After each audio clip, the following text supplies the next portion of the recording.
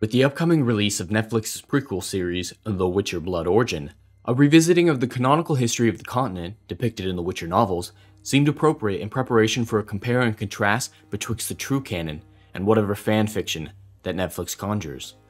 The lore and history of The Witcher are far more in-depth than many suppose.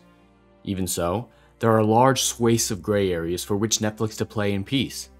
However, there are three major points that must occur in a certain fashion. Otherwise, the books, and by extension the shows, will cease to make any sense.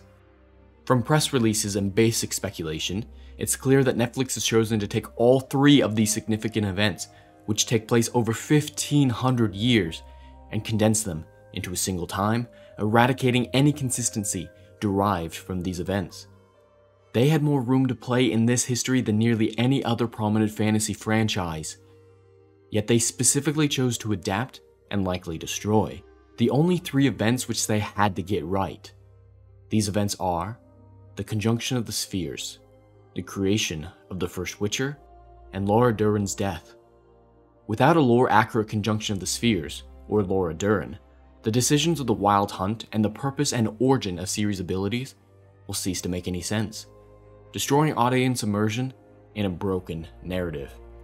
For reference throughout this breakdown, the timeline of The Witcher is divided into before Resurrection, BR, and after Resurrection, AR. The reference Resurrection occurred roughly 230 years after the conjunction of the spheres, and 1248 years before the events of the Witcher books. As a side note, the Resurrection takes place roughly simultaneously with Blood Origin's made-up events. Perhaps there will be a fourth major event depicted in the series that condenses every single moment of lore into a single time. Except for this introduction, this breakdown will not go out of its way to compare and contrast the events of either of the Netflix shows with the books or their history. After this introduction, this breakdown will merely focus on depicting the events that the books referenced. Once Blood Origin releases, a more accurate comparison will be possible and likely forthcoming.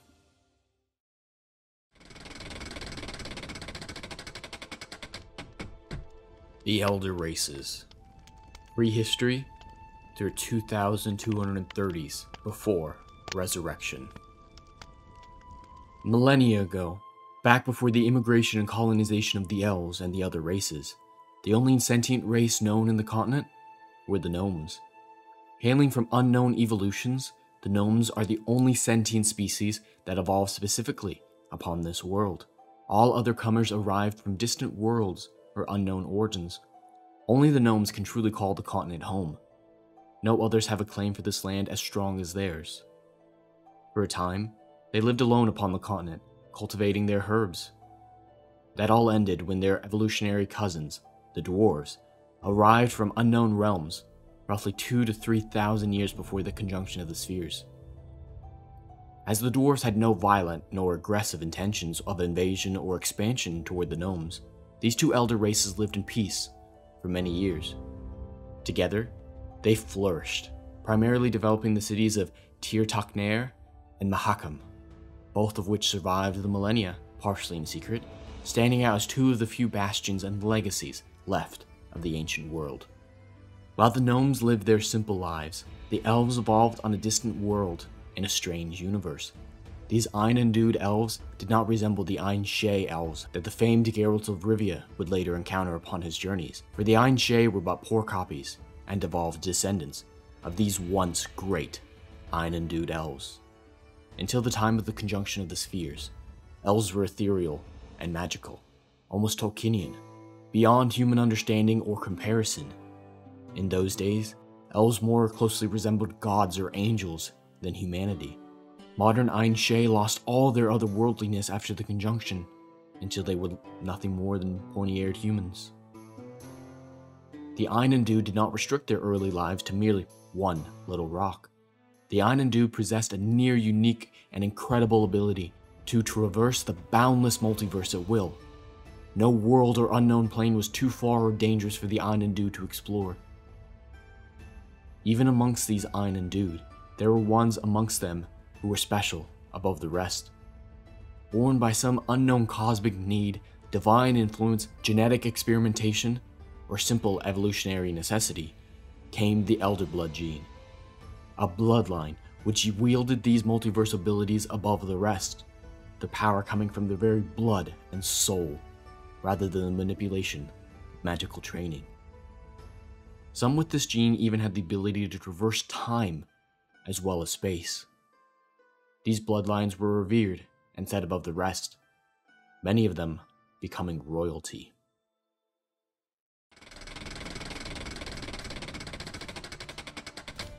The Age of Migration, 2230s, before Resurrection. All these days of prosperity and endless exploration of the Einendued came to a bitter end, with the cataclysmic annihilation of their homeworld. While the cause of this destruction is unknown, the video game suggests that this doomsday came by way of the multiversal destructive force known as the White Frost. Regardless of the cause, the Einendued were forced to leave their home and venture out into the multiverse in search of a new world. During this time, cultural differences began to appear, and two distinct groups formed from the remnants of the Einendued. One of these off-branches of the Einendued, the Ein-Shay, came to settle upon the continent, finding refuge in the world of gnomes and dwarves. The Ein-Shay reached the shores of the continent aboard pure white vessels, arriving by the rivers which would come to be known as the Pontar and the Iruga. The Ein-Shay's arrival was far less peaceful than that of the dwarves, resulting in many wars amongst the races.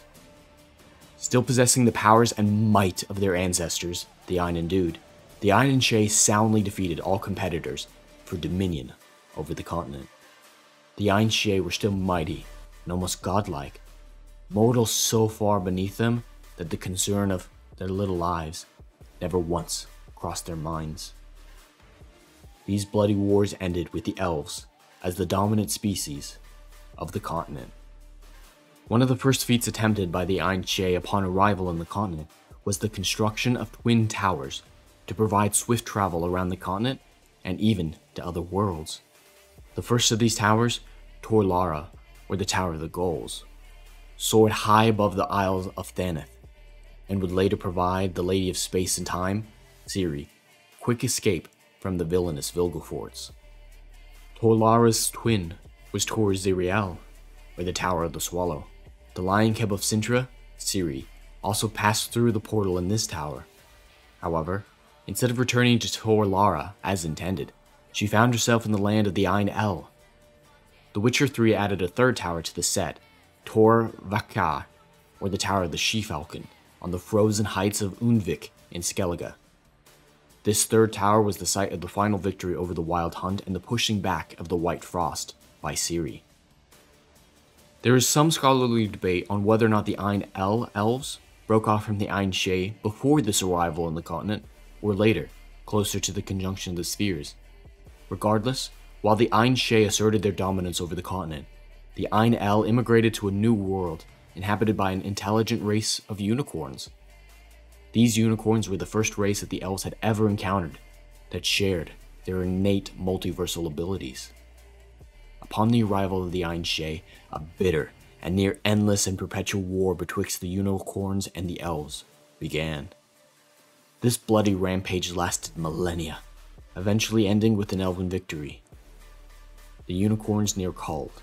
The few survivors went into hiding, steering clear of the Ein-El until the arrival of Ciri many millennia later. The Ein-El founded the elven city of Tir Nalia, with Oberon as their king.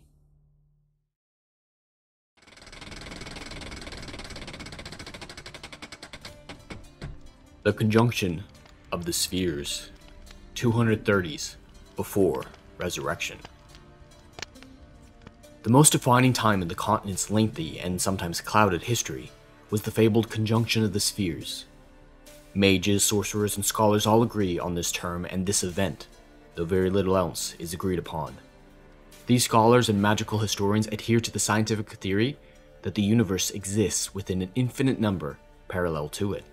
In each of these universes are worlds beyond count. Many of these worlds, or spheres, share the same basic makeup and exist in the same space as each other, yet their relationship with each other is constantly shifting. Natural portals between these spheres have always occurred out in the world, and the elves could pass from one sphere to another with ease. However, that all changed with the conjunction. These spheres go through cycles of distance and closeness, like under the moon waxing and waning in the sky. During these cycles, there are moments in which the walls between the spheres are thin. At one such time when the barriers were thinner than ever before, the conjunction of the spheres began, with countless gateways opening simultaneously across the land, both robbing loved ones and delivering strange and fearsome new inhabitants to the continent. At this fateful time, nothing was certain, and all the spheres and sentient life were plunged into a veritable dark age. The conjunction saw the cycle of the spheres come closer together than they had ever been before, yet will likely be once again someday. With the walls between spheres and universes blurred, countless horrors poured through the cracks from other spheres. Many elves, gnomes, and dwarves vanished from off the face of the continent, falling into unknown worlds. Monsters of every make and kind poured through the gaps, filling the world with blood and chaos. Even humanity found their way to this new world through this conjunction, their homeworlds lost to darkness. Chaos defined this land for many centuries, the elves struggling to maintain their dominion after the influx of contenders for dominance. According to various accounts, it was at the time of the conjunction that the Ein El broke off from the Ein Shay to make their final home in Terranelia. Far more changed at the conjunction than merely new inhabitants of the world. Something changed within the elves themselves, something deep and fundamental. Their very souls were corrupted, beginning a devolution that would take millennia. However, the effects of this would not be seen for many centuries to come. In the years after the conjunction, early humanity managed to eke out a stable existence upon the continent. These ancient humans were far from evolved and had virtually no quality of life, choosing to live as nomads. However, they made a life for themselves in this new and dangerous world. These first humans were divided into two distinct cultural groups, the Dak and the Wuzgur. Both of these groups are said to be extinct by the time of the founding of the Northern Kingdoms over a millennia later.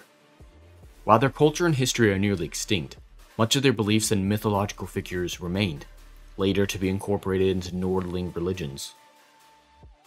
One such mythological figure which survived since the time of the first humans at the conjunction of the spheres was the goddess Melitele, whose worship continued through the life of Geralt of Rivia. The worship of this goddess, and those who follow her, saved Geralt's life on more than one occasion. These worshippers were heralded for their humanitarian and peaceful efforts.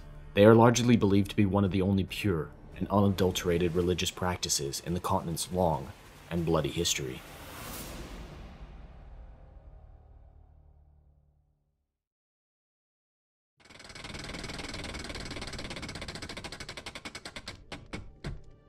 The Resurrection. Year Zero. Despite its cultural significance as the turning point in human timekeeping upon the continent, virtually nothing is known about the Resurrection. It is clearly a reference to the resurrection of Jesus Christ, and is used as a through line to keep timekeeping between the continent and Earth consistent. As The Witcher was heavily influenced by Polish mythology and beliefs, it's unsurprising to have such an influence upon the continent's timekeeping. It's implied in The Witcher that there was an actual resurrection which took place at this time, but it's likely intentionally ambiguous by the author and more meant for consistency across worlds.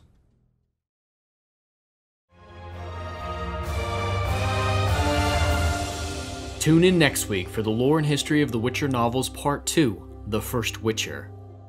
Raphael.